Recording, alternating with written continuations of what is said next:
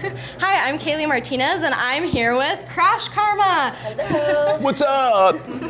So they are actually on a world tour right now. So you just came back from Europe, and now you're in the U.S. How has it been touring all sides of the country? All sides of the world. All sides of the world, exactly. We love to tour. We love to go to new places and experience new cultures and see new fans. But we have noticed that everywhere we go, rock fans are the same.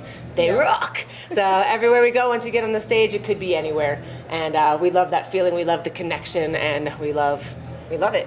Right. I mean, the funny thing is, we released a new album, and then we booked some shows, and then we knew, okay, we're gonna play a festival in Europe, maybe 2 or 3. Well, let's play some more shows, and then you wanna go on tour with the Butcher Babies? Yeah, but then we do our own tour as well in the States, and then we go back to Europe, and then we looked at all the tour dates. Wait, that's a world tour right there, and we also have a new album coming out, so it all came together randomly. It wasn't like the grand scheme, like we're gonna release an album, do a world tour. It was like, we have some songs, there's an album, and then it was a record label who wants to put out this, and everything just came together. And yet now we're on the world tour. I love it when things like that happen, though. When things come together like that, naturally it's more organic, and it's super cool. And you mentioned all metalheads are the same. How have you seen the energy from the audience or even the venues? What have you seen a big difference in from Europe to the U.S.? From Europe, I mean, like I said, once the lights go out and the show starts, metalheads want to be metal. They want to dance. They want to go crazy, and that doesn't change. So this is something that we all have in common, and we are all unified in, is our love for music and our love for metal, and it shows everywhere around the world, I would say. Exactly. Yeah. It's like before the show, like, what are we eating? Pierogies today or pizza? Where are we at? Oh yeah. What language is this? And then. What is the money that they take? What do we have to change our merch money into? Yes. Lattes or what? Like. But then once the lights go out and people go nuts, we're like, where are we at? We're in KrashKarma Albuquerque. land. Exactly. Yeah, this kind of all blends together one big family, right? For sure. And then, so you talked about all these different cultures. One of your videos actually went viral. It was a Blackpink cover, over millions of views. And you guys, if you didn't know already, they're a duo band. So you actually play drums and sing, and you play guitar, bass, and sing. Yes. Doing that in a different language and all 3 of your skills, how were you guys able to multitask so seamlessly? It was not seamless. No. In the video, it looked like it. And the video was, 4 or 5 days into the preparation for that, because we had to figure out how to speak Korean. Oh, wow. And then play drums, sing it properly, and do it both together without having a dread mishap or a hair mishap, and do it all in one take. So it was seamless in the end, but it was not a an lot easy of hard work went process. into it. Yeah, obviously. definitely. Yeah, we try to have a one take. So watch the video, it's one take. Yeah. And the song is 3 minutes. Took us 3 days or so to get the take.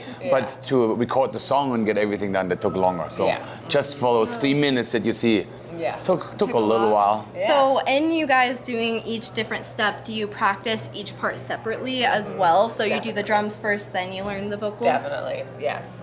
For me, I have to do both things separately before I can put them together. It's just, it doesn't work. Definitely, I mean, we write a song and then we record it and then we have to sit down and practice it. And it takes a few days. But after a few days, it works. But yeah, like I said, 3 days it took, and then we were able That's to impressive. Only 3 days. I don't think most people could get something, a whole 5-piece band. I don't know if they'd be able to accomplish that in 3 days. But that's 5 people you got to coordinate. Exactly. It does work in our favor to just be 2, is to be focused and we get something done, and it's just us. Right. You know, And that's so it has definitely- its perks. Yeah. That was always a good thing I felt, since we shrank to a 2-piece. We were more people before. But when it's more people, you always have to focus on the weakest link. And it's always the new guy who comes to the band. And at one point we're like, let's just stay a duo.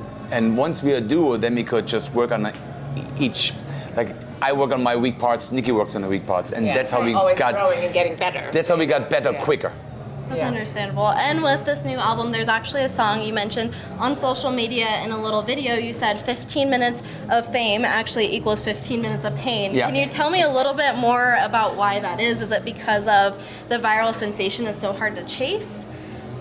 It's more just like these days now, everybody is always on social media, so everyone is in front of a camera all the time. You always feel like you're a star, or you're the star of your own show, kind of. Yeah. And just to have the peace is what's more missing. Whereas before, everyone was chasing that, oh, I need my 15 minutes of stardom. Everyone is kind of trying to get we were trying to play on maybe stepping away from that for a second, and because it becomes stressful. It can be, people have so many misconceptions about who they are, or what this guy or that guy is doing, and what an amazing life this person leads, or how successful this one is, and it's really all just kind of made up in a sort of way, you know, for a digital presence, and you never really know what's real. Right. You know. Exactly. You want to use the platform, in our case, of course, you know, to promote the band, but at one point you just become the slave of the media platform who just wants content creators to have more people use their platform. So I feel like I'm someone else's bitch, but I need that platform. So it's a give and a take. It's a give and a take. It's a double-edged sword, right? Because it's helping you, but at the same time you're a slave to it. Yeah. It's understandable. Yeah, and you just have to always keep going, and you're always chasing that next what's going to pop, what do people want to see, what do I want to create, you know, and what can we get excited about doing, and we really try to do things that we can stand behind and stand with. So we try not to just, you know, if we're putting something out, we believe in what we're doing, and even if it's just us talking about something, we're going to talk about something that is meaningful to us, and, you know, that we can stand behind. Exactly, trying to get that connection with your fans through the screen, because that is one of the hardest parts as well. But Right there. right there. And you. You over there. And those French braids. How has, even though it is the double-edged sword, how have you seen social media help you guys and progress your band promoting it? Since you are touring around the world, I know being in person helps, but how have you seen digitally it help? I mean, we've seen it when we go to a new country and people come and know the band. And sing along to the songs, and we've never been there before in full packed clubs. You know, so it's amazing. Yeah, that's definitely something to know, especially being in so many different places, but also one place at one time. It's just so crazy. And it's our new reality, right? Exactly. And so with all of that said, you've been doing this for years, you have perfected your craft. What does KrashKarma mean to you both? It's everything. It's kind of our entire world. It encompasses all of us. I mean, we get to be, we're very lucky and blessed that we get to work together. We are together, and we are a team in every aspect, and we still like each other. That's good. So we enjoy the process. I think this is the number one thing that I'm grateful for, is that we enjoy the process of creating. We enjoy growing. We enjoy challenging each other and ourselves, and that is where our music comes from and how it continues to grow and be better every time. That's amazing. And I love it. I mean, we're doing everything, starting from writing the songs, recording them, producing them, mixing them, putting the artwork together, and then we're on the road and we're touring. And since we're doing everything, we are hands on deck with every aspect of the band. So we know everybody who comes to our shows. We know, so it feels like family. A lot of friends, not necessarily fans. They're all friends in some way. And so this feels like when we are traveling the world to play the shows, we go back to places we've been before. It's like, we're gonna visit our friends and hang out. It's awesome. I mean, we have had other members in the past. We started off as a 4-piece back in the day, and when we shrunk down to a 2-piece, the good thing about being a 2-piece is we could add anyone at any time. Last night we had a guy come on and play guitar with us for the last song. Wow. So we love doing stuff like that, and we're open to doing things like that, but we are the core. Yes. That will remain. Yeah, but of course, let's add an orchestra.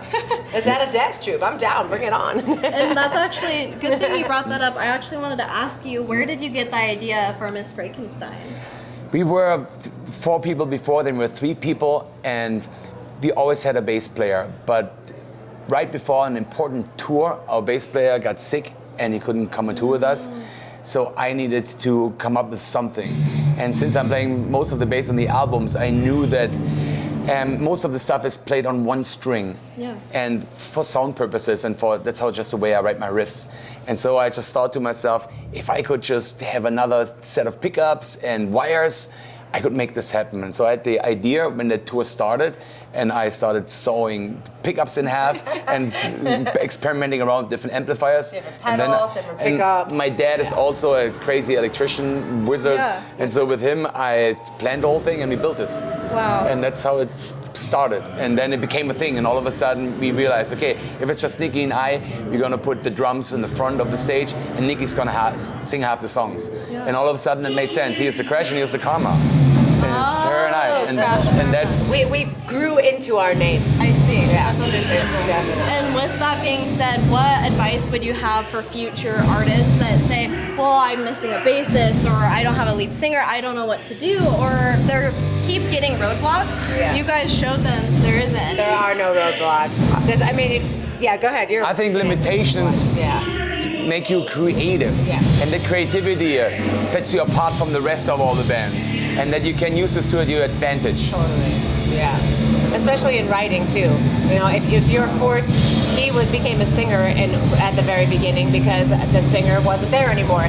You know, so or you become a bass player because the bass player quit. Whatever, you know, like these things help you to grow who you are and grow into the artist that you are going to become, and it's an ever-evolving process. Yeah, you know, it that's never awesome. ends. Yeah, definitely never ending.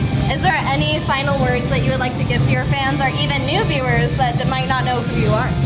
I would say find us on social media, come to a show. The live shows are where it's at, so find our tour dates. If we're anywhere near you, make sure you come.